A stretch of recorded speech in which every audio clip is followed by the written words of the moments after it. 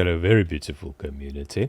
By popular or unpopular demand, we're going to react to this sensational story of the ex-press secretary of Mr. Zelensky, Yulia Mendel, going on Tucker Carlson. You know that Tucker Carlson is probably the most truthful and responsible actor in our informational environment, beautiful community. So what we're going to do is we are going to lean into our nows about what causes what in the information environment. And we're also going to lean a little bit on Kremlin expertise, and we're probably going to do a little bit of psychology. So I won't expose you to the full interview, but there's one bit we're going to watch in full, and that's an appeal that Yulia Mendel made on Tucker Carlson to Putin in tears. We're going to analyze that. But first, let's just get a quick taster. Then I'm going to tell you everything she said. Then we're going to do the Putin appeal. And then I'll integrate everything and give you my overall assessment of what the hell that was. So let's do a tiny snippet first. I'm sitting here because I want peace too. And this guy is going to come up with any condition. He's going to change the positions all the time just to prolong this war and to get more money. He doesn't want to have political suicide. Finishing war for him is a political suicide. Yeah. You see? I do. So she's saying that Zelensky wants to perpetuate the war for self-serving reasons, A, and B, that his self-serving reasons are not delusion or power, but money. It's the claim she's making. It's one of about 20 claims she makes. So let's run briefly through them all before we watch the juicy appeal to Putin. She says Zelensky is personally fake and manipulative. He is not a person whom you see, he's not the person whom you see on camera. 2, he is emotionally unstable. He is emotionally uncontrollable, she says. 3, supporting Zelensky no longer equals supporting Ukraine. 4, he has accumulated power under the guise of heroic rhetoric. 5, so these are only quotes if I say they're quotes, otherwise they're just reconstructions of her sentences. He's an obstacle to peace.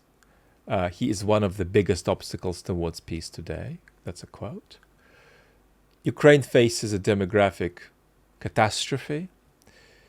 Zelensky, she claims, is linked to money laundering schemes.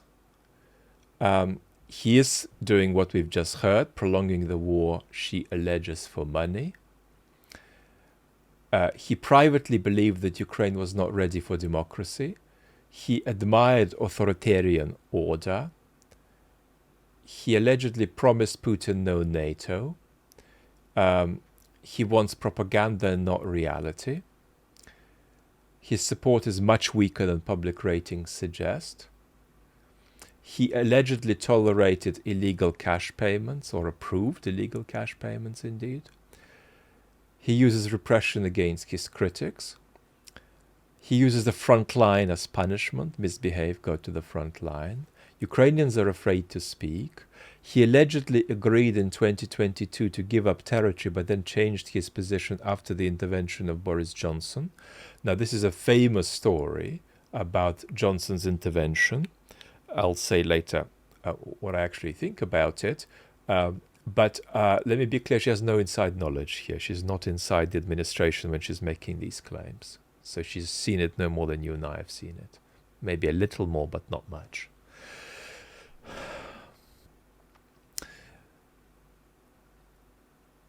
He allegedly has chosen attrition over peace. He allegedly is a drug user. And he and Mr. Yermak are malignant narcissists, or malignant narcissists, as she says. Now, rather than reacting to this, let's go straight to her appeal to Putin. Now, have you done your appeal to Putin? I mean, let's see where we are. It's the 12th of May, beautiful community, which is, by the way, ME, myalgic encephalomyelitis Awareness Day. That's right, beautiful community. But it's also May, which means we're quite a few months into 2026 already, beautiful community. And my question to you is, have you done your appeal to Putin? So if you haven't, I think you should go ahead and record one, right? That really appeals to the core values driving Mr. Putin, like his sense of humanity and his compassion and his deep thirst for peace.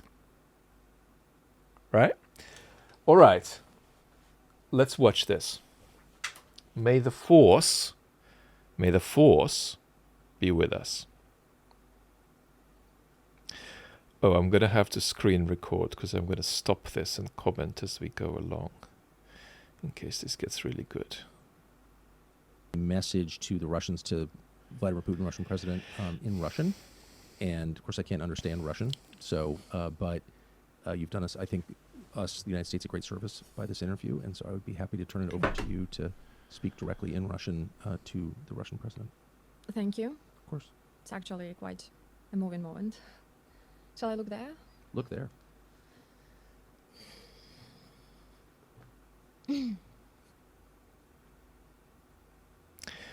She's thinking about herself being looked at in that prep, in that readiness to address the camera and supposedly address Putin. She's thinking of herself being looked at. To a degree, you can say that's just an understandable reaction to the pressure and the attention on her. She knows millions will be watching this. But there is an unhealthy element to this. Let's see how it goes.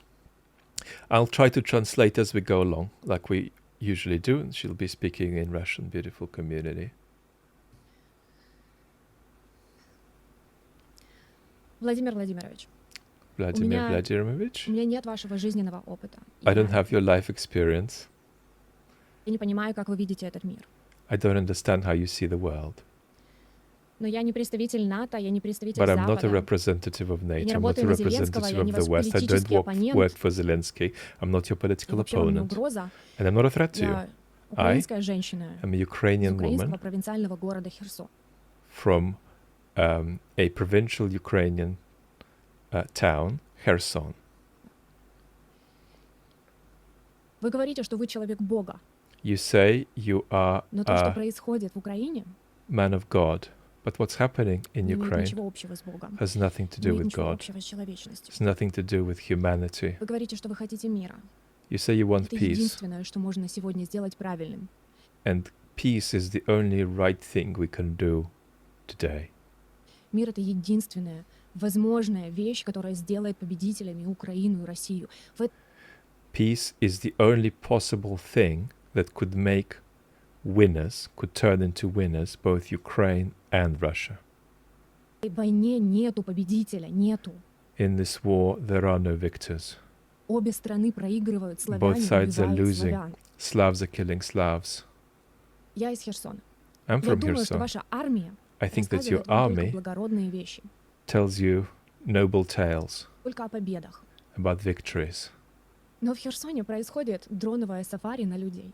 И может But in Kherson, there is a drone safari on civilians. быть, вы думаете, что это западная пропаганда, Maybe you think it's Western propaganda, но есть народная правда. but there is a national truth. В больнице моей мамы работала медсестра. Она шла, In my mother's hospital, there was a nurse. она разговаривала по телефону, и русский дрон ее ранил. She walked home and she was speaking on her phone and she got wounded by a Russian drone Повредил телефон. and damaged Она her истекла phone, кровью and she просто bled возле out дороги.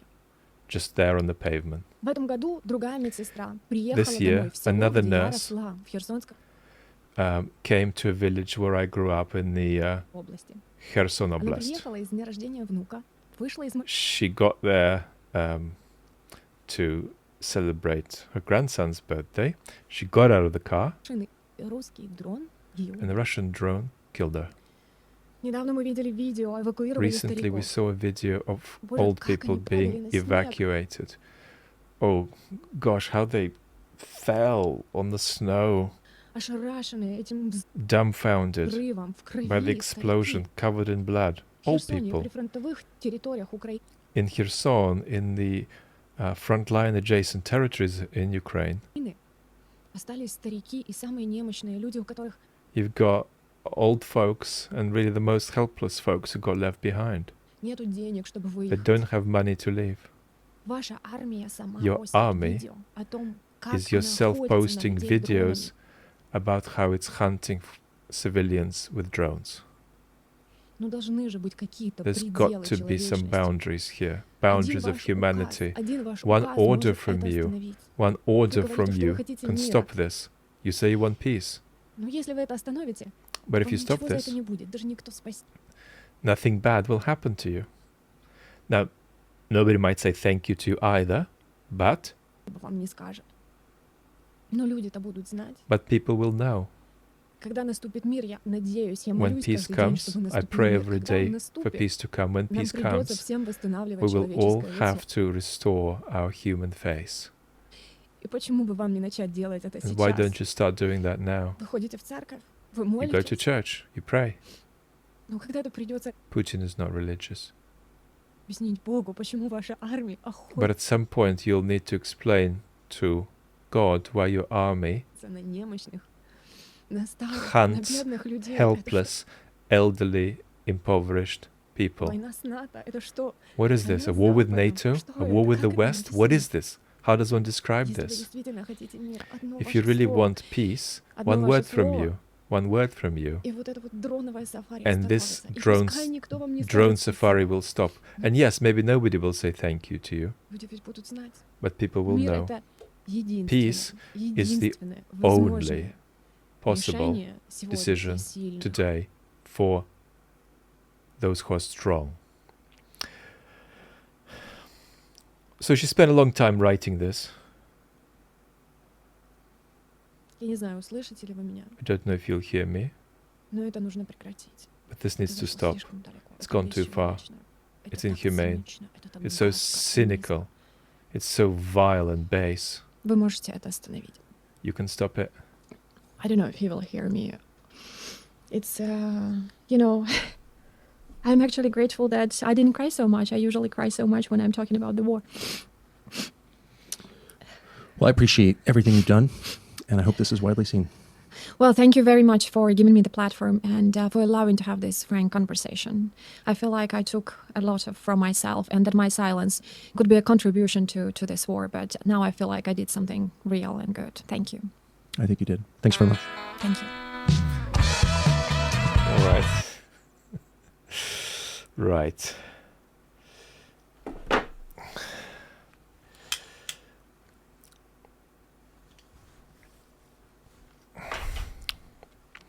In that appeal, there was an element of hysteria, and you've got to be careful using that word when you're a man describing a woman, but I'm not speaking as somebody in any position of power addressing somebody powerless. She's, speaking to millions of people. I'm just sitting here, in bed. And that was because she was thinking of herself being looked at as she spoke. So it's not just something performative, it's when you are thinking of how others perceive you, and there was a slight element of sexualization there. She was perceiving herself a little bit being looked at as a sexual object. Not by Putin, of course, and that made the implausibility of this address as a responsible gesture even more implausible. Now, what do I think of all of these 20 points that she made? I think that I'm not going to go through them all, but let me say this. What would a responsible I'm not saying every journalist working there is responsible, far from it, but what would a very responsible journalist working for the New York Times or the Financial Times or for the BBC say about this? Not at the level of whether her claims are right, but whether she's actually giving anything new. They would say this is a nothing burger, because you've got some verifiable public record claims that everybody knows anyway. You've got some interpretive political claims that aren't in any way journalistic discoveries, they're just interpretations. And thirdly, you've got some very pointed and dramatic accusations that are completely unverifiable. So this is really a nothing burger. You can assess her interpretations. You can agree with a percentage of what she says, but how difficult things are for Ukraine. You can agree with some of what she says about corruption, but then she makes a whole bunch of other claims that are completely unverifiable. And let's take an example of each of these. So, and she also makes some verifiable claims or nearly verifiable claims that are false. So let's just take an example of each. I won't go into detail on this, but the idea that Boris Johnson stopped a peace deal that would otherwise happen in 2022 is not just false. In my assessment, Johnson would be capable of doing that. He is a post-truth entrepreneurial populist without a shred of responsibility. He'd do anything. But there is an expert consensus that didn't happen, that Boris Johnson didn't do what he is alleged to have done with the effect that it is alleged to have had. So I don't think that's true. Something like that, the drug claim is just completely unverifiable, so it's a total nothing burger. You just don't have any way to go with it. So you can say, well, Zelensky's never used drugs. Great, she doesn't have anything evidential to contradict that. You could say, well, maybe he did a little bit and then he stopped, or maybe he does a tiny bit infrequently, and that's rare, and maybe it's not great, but that's nothing like the effect. It's nothing like a truth that should be built up in the kind of effect her claims have been built up into. Because effectively what's happened in her interview is she has aligned herself with the Kremlin propaganda about how Ukrainian resistance is orchestrated by a bunch of drug takers. There's no chance she's not aware of that when she says it. So that's just something that has zero journalistic weight. Then there are the interpretive claims. So let's take one. What's the claim that I picked on at the beginning? It's the claim that Zelensky is continuing this war for money. Now, I say, we've got a tiny number of Ukrainians watching us and even fewer Russians, but I say to that tiny number of Ukrainians, sure, yeah, ask yourself, is my government doing something for its own power or for the benefit of the country? You should be asking that about every single major thing Zelensky says. And if somebody said, look, I'm concerned that Zelensky is making decisions based on his power rather than on the future needs of the country, sure, that's a conversation. You can talk about that. But the idea that Zelensky is continuing the war for money is so implausible that most excessively Kremlin-biased commentators will reject it. That claim for me is not even a starter. It's just completely implausible. It's an interpretive claim, or at least it's a semi-factual claim about what's in Zelensky's mind, but it's just not plausible. And just three things to finish, beautiful community. Number one, I'm just going to put this as a question.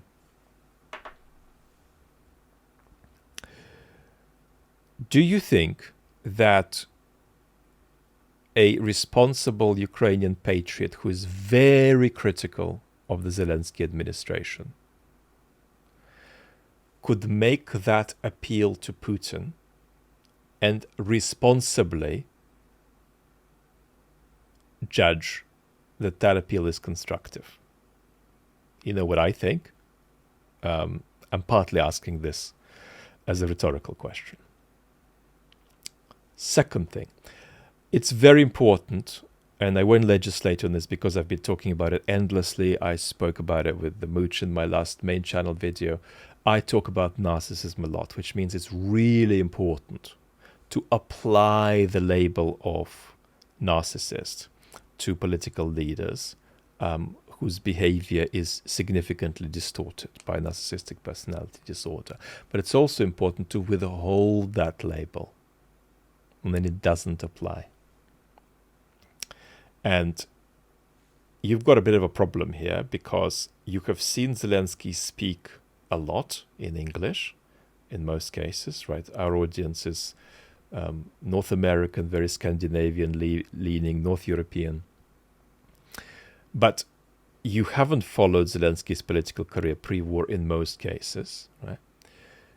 You don't speak Russian or Ukrainian in most cases. So you should probably be fairly agnostic about anything other than really big picture reads on the kind of person and the kind of political leader that Zelensky is. I'm saying this because I think there's an overconfidence of sacralizing Zelensky ethically. And Zelensky in private life does not have that kind of depth of integrity that the most responsible political leaders in our world possess.